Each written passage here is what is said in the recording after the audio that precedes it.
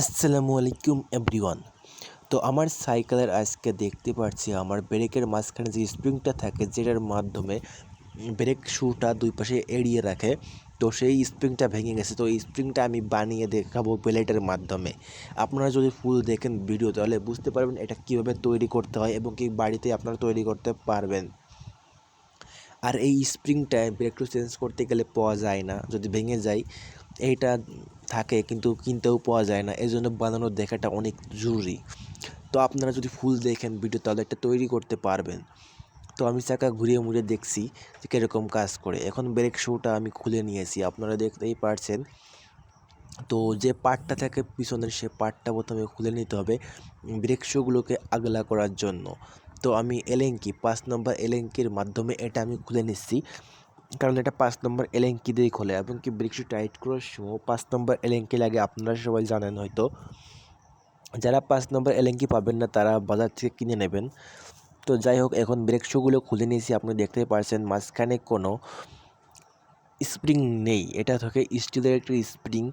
আপনাদের ওই যে এরকম স্প্রিং ঘরোয়া থাকে সেগুলো সেরকম না, ভি শেপের একটা স্প্রিং থাকে। তো এরকম একটা ব্লেড কেটে নেবেন, ব্লেডের এক পাশে কাউচি দিয়ে।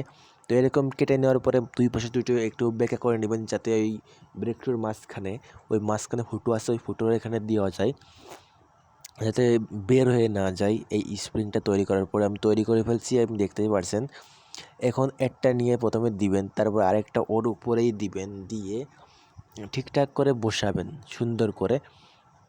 বসানোর পরে আপনারা বসিয়ে দেবেন ব্রেক শুর পারে। তো আমি ঠিকঠাক করে এখন বসিয়ে নিলাম ব্রেক শুর যে ওই ক্যালিপারের সেটিংয়ের উপরে। তো ব্রেক ক্যালিপারের উপরে বসিয়ে নিলাম, এখন ওর উপরে ঝাপটা লাগিয়ে নেওয়ার পালা। তো আপনারা বসানোর সময় একটু খেয়াল করে বসাবেন যাতে যে স্প্রিংটা তৈরি করলেন ওটা ভেঙে না যায়।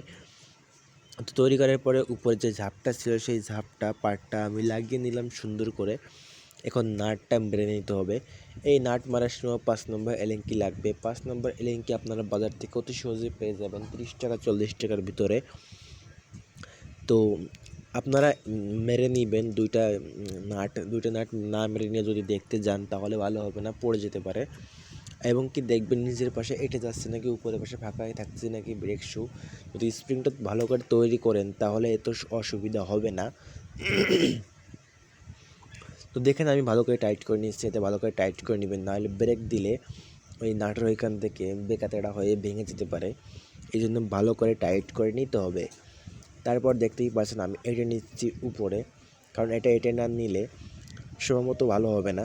এখন চাকা ঘুরিয়ে দেখার পালা যে কেমন কাজ করছে, জাম আছে নাকি। আর চাকার ব্রেক শুর মাঝখানে দেখতেই পারছেন সুন্দর একটা স্প্রিং। তো দেখছেন কত সুন্দর ভালো কাজ করছে। তো এইভাবে স্প্রিং তৈরি করে আপনারা লাগাতে পারেন।